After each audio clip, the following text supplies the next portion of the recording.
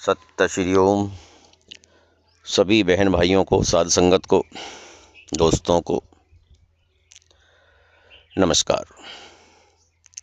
दोस्तों, भारतीय संस्कृति में, भारतीय दर्शन में 4 आश्रम बतलाए गए हैं। अर्थात जीवन की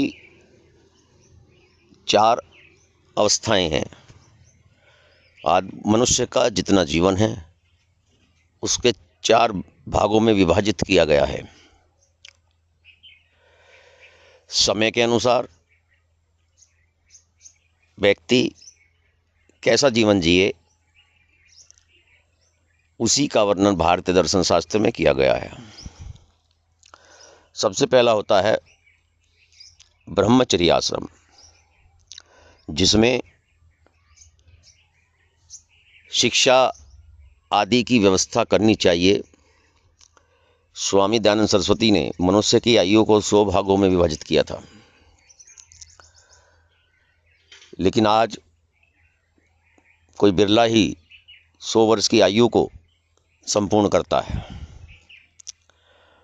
तो हम आयु के आधार पर तो विभाजित नहीं करेंगे, क्योंकि आयु का तो आजकल इतनी बीमारियां हो रही हैं कि कुछ पता नहीं चलता कि आदमी कब तक जिएगा। तो पहला होता है ब्रह्मचर्य। उसमें बाल्यकाल अवस्था में ब्रह्मचर्य का पालन करते हुए जो भी विद्याएं ग्रहण करनी हैं उनका ग्रहण करने का प्रयास करें। जब युवावस्था आती है, अर्थात शिक्षा आदि से प्राप्त करने से निवृत्त हो जाते हैं, तो उसके बाद आता है गृहस्थ आश्रम। अर्थात मनुष्य को शादी के बंधन में बंधना होता है। वह शादी करे और संतान उत्पन्न करे, और जो भी दर्शन शास्त्रों में ऋण बताए गए हैं उनको उतारे। तीसरा होता है वानप्रस्थ।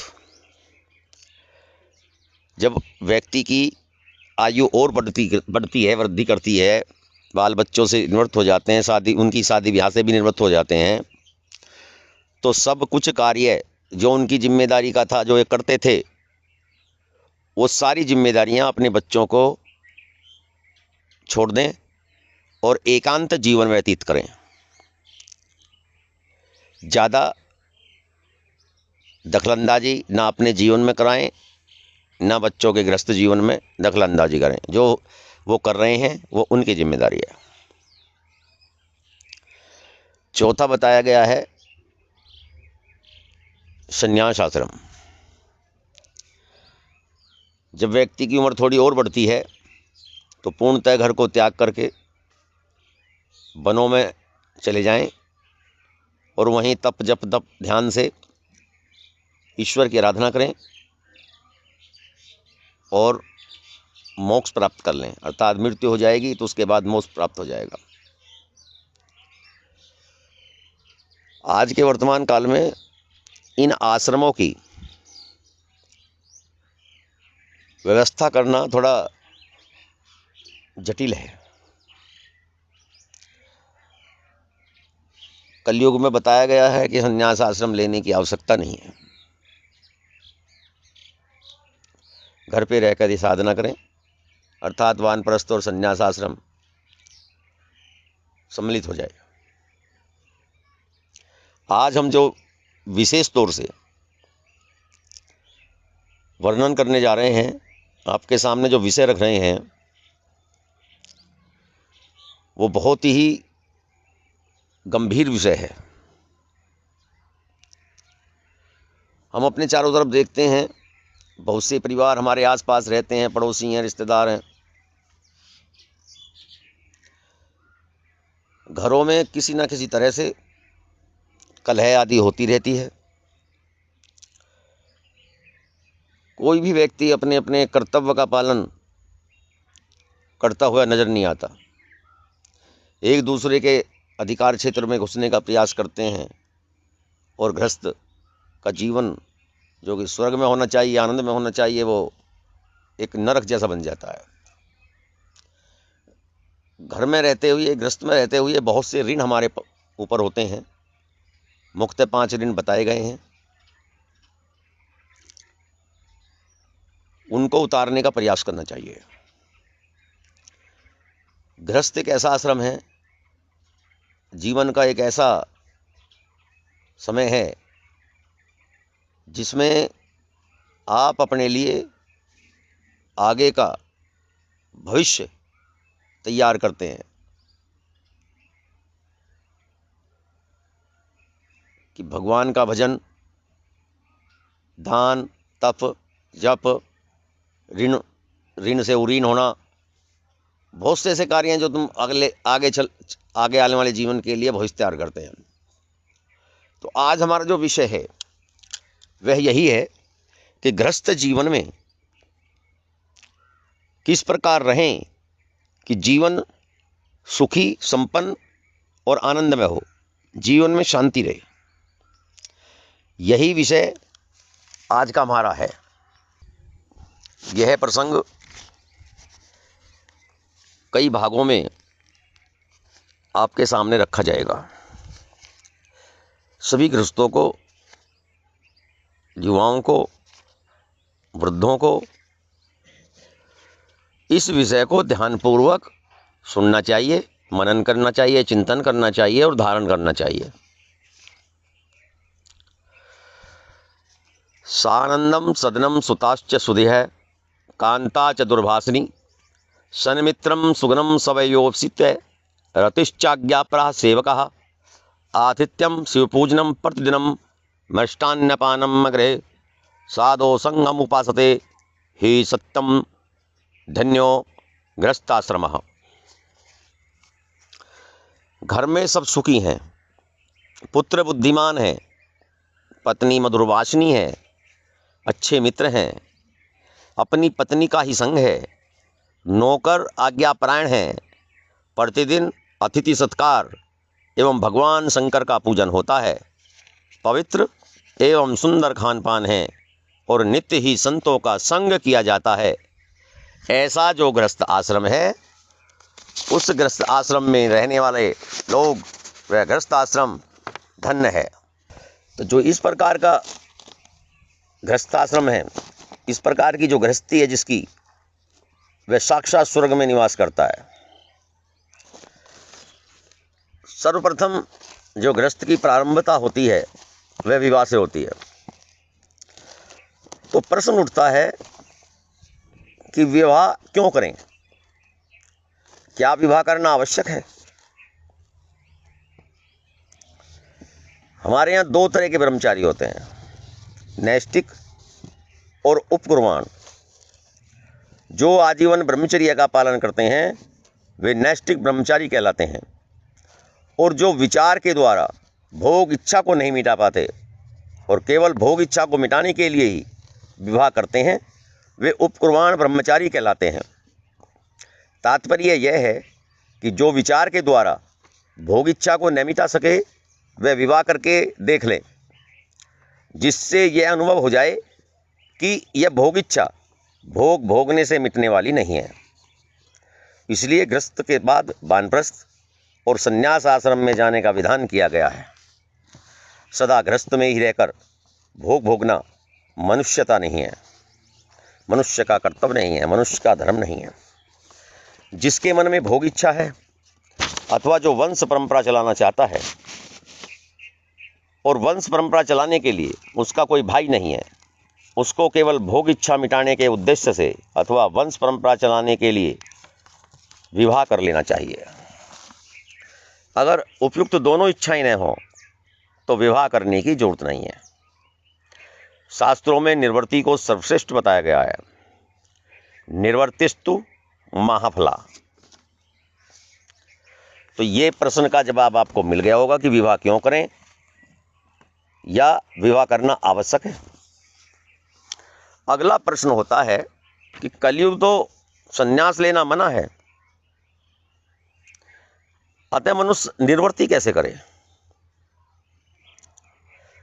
अब इसका क्या जवाब होगा, ये ध्यान से सुनिए।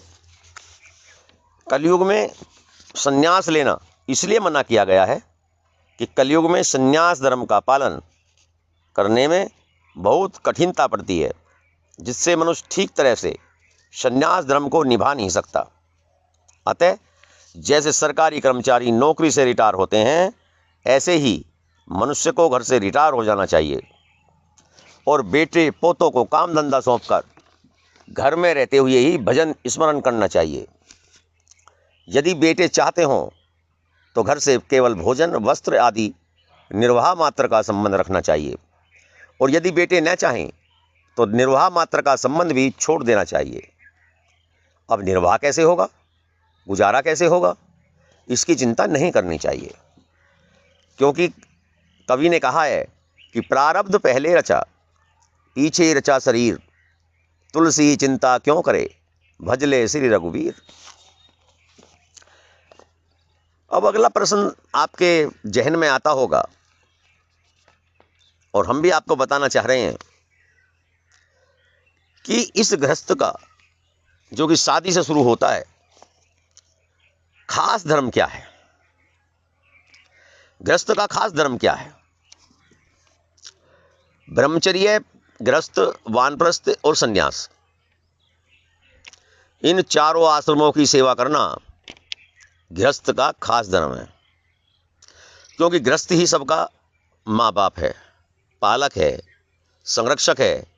अर्थात गृहस्थ से ही ब्रह्मचारी, गृहस्थ, वानप्रस्थ और सन्यासी उत्पन्न होते हैं और पालित एवं संरक्षित होते हैं।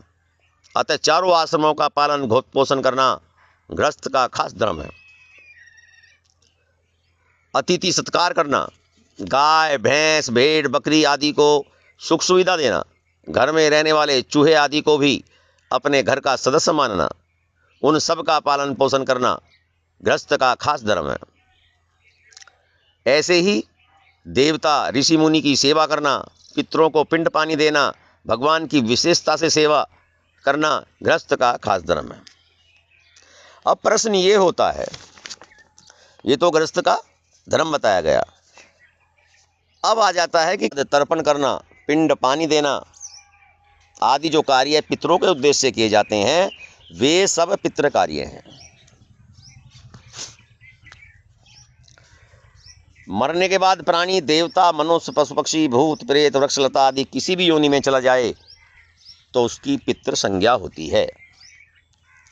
माता पिता के रज वीर्य से शरीर बनता है, माता के दूध से और पिता के कमाए हुए अन्न से शरीर का पालन पोषण होता है, पिता के धन से शिक्षा एवं योग्यता प्राप्त होती है, माता पिता के उद्योग से विवाह होता है।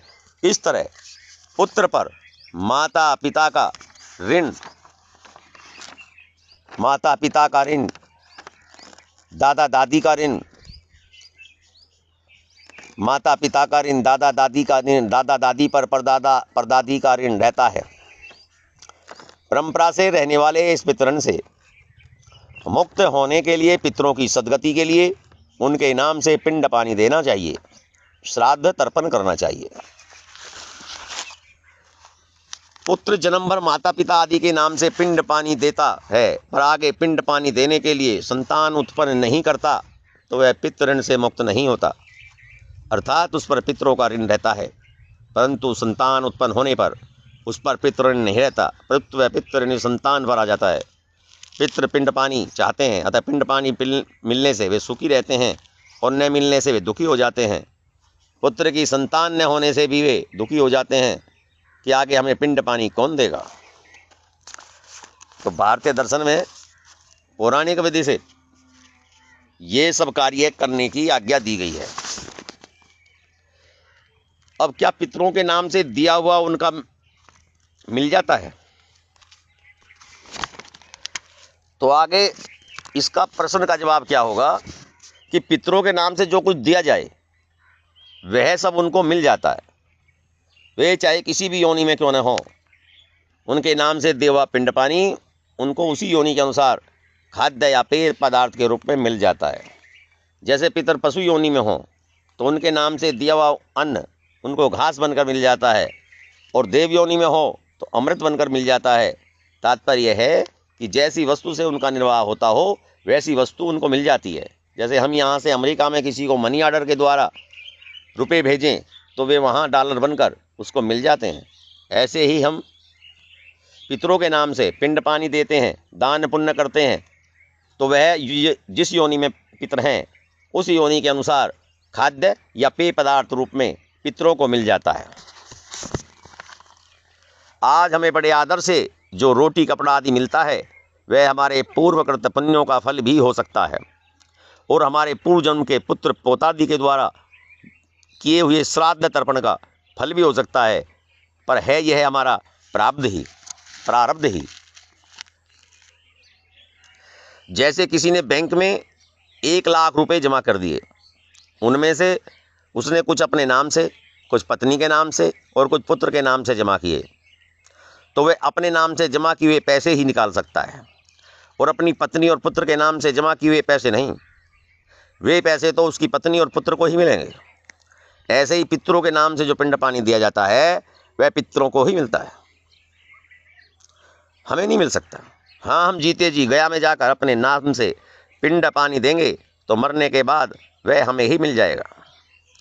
गया में तो पशु पक्षी के नाम से दिया हुआ पिंड पानी भी उनको मिल जाता है। एक सज्जन का अपनी गाय पर बड़ा स्नेह था। वह गाय मर गई तो वह उसको स्वप्न में बहुत दुखी दिखाई दी। उसने गया में जाकर उस गाय के नाम से पिंड पानी दिया। फिर वह गाय स्वप्न में दिखाई दी और वह बहुत प्रसन्न थी। जैसे हमारे पास एक तो अपना कमाया हुआ धन है और एक पिता दादा परदादा का कमाया हुआ धन है, तो अपने कमाए हुए धन ही हमारा अधिकार है। पिता दादा आदि के कमाए हुए धन पर हमारा उतना अधिकार नहीं है। वंश परंपरा के अनुसार पिता दादा आदि के धन पर हमारे पुत्र पोत्रों का अधिकार है। ऐसे ही पितरों को वंश परंपरा के अनुसार पुत्र पोत्रों का दिया हुआ पिंड पानी मिलता है। अतः पुत्र पोत्रों पर पिता दादा आदि के पिंड पानी देने का दायित्व है। एक पितृलोक भी है, एक पितृलोक भी कहा जाता है। वहां पर कौन जाते हैं यह कोई नियम नहीं है, कारण कि अपने अपने कर्मों के अनुसार ही सबकी गति होती है। अब अगला प्रश्न जो हमारे सामने आता है, आपकी जहन में भी आ रहा होगा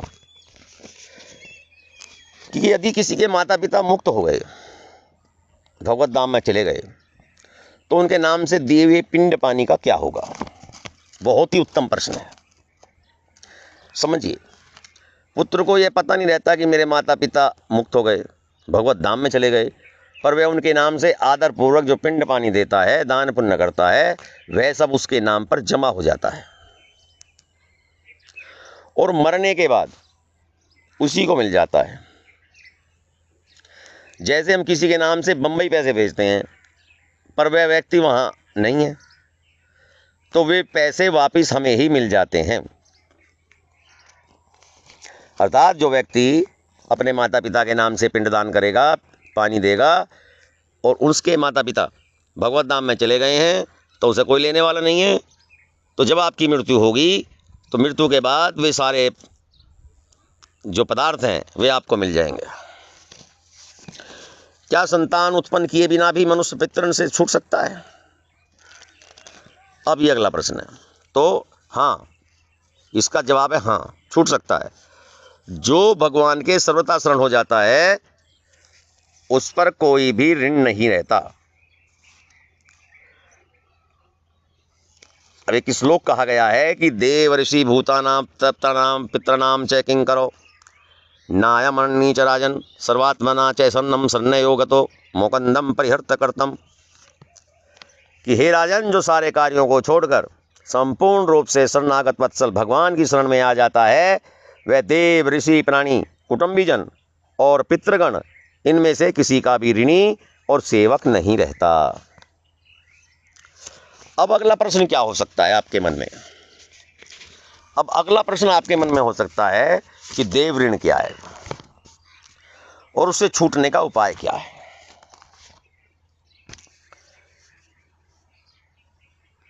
देव ऋण क्या है कि जैसे वर्षा होती है, घाम तपता है, हवा चलती है, पृथ्वी सबको धारण करती है, रात्रि में चंद्रमा और दिन में सूर्य प्रकाश करता है, जिससे सबका जीवन निर्वाह चलता है। यह सब हम पर देव ऋण है। हवन यज्ञ करने से देवताओं की पुष्टि होती है और हम देव ऋण से मुक्त हो जाते हैं। ऋषि ऋण क्या है और उससे छूटने का उपाय क्या है? ऋषि मुनियों ने, संत महात्माओं ने जो ग्रंथ बनाए हैं, स्मृतियाँ बनाई हैं, उनसे हमें प्रकाश मिलता है, ज्ञान मिलता है, शिक्षा मिलती है, कर्तव्य का ज्ञान होता है। अतः उनका हम पर ऋण है। उनके ग्रंथों को पढ़ने से, स्वाध्याय करने से, पठन पाठन करने से, संध्या गायत्री करने से हम ऋषि ऋण से मुक्त हो जाते हैं। भूत ऋण क्या है? अब भूत ऋण क्या होता है देखो, जैसे गाय, भैंस, भेड़, बकरी, ऊंट, घोड़ा आदि जितने प्राणी हैं, उनसे हम अपना काम चलाते हैं, अपना जीवन निर्वाह करते हैं।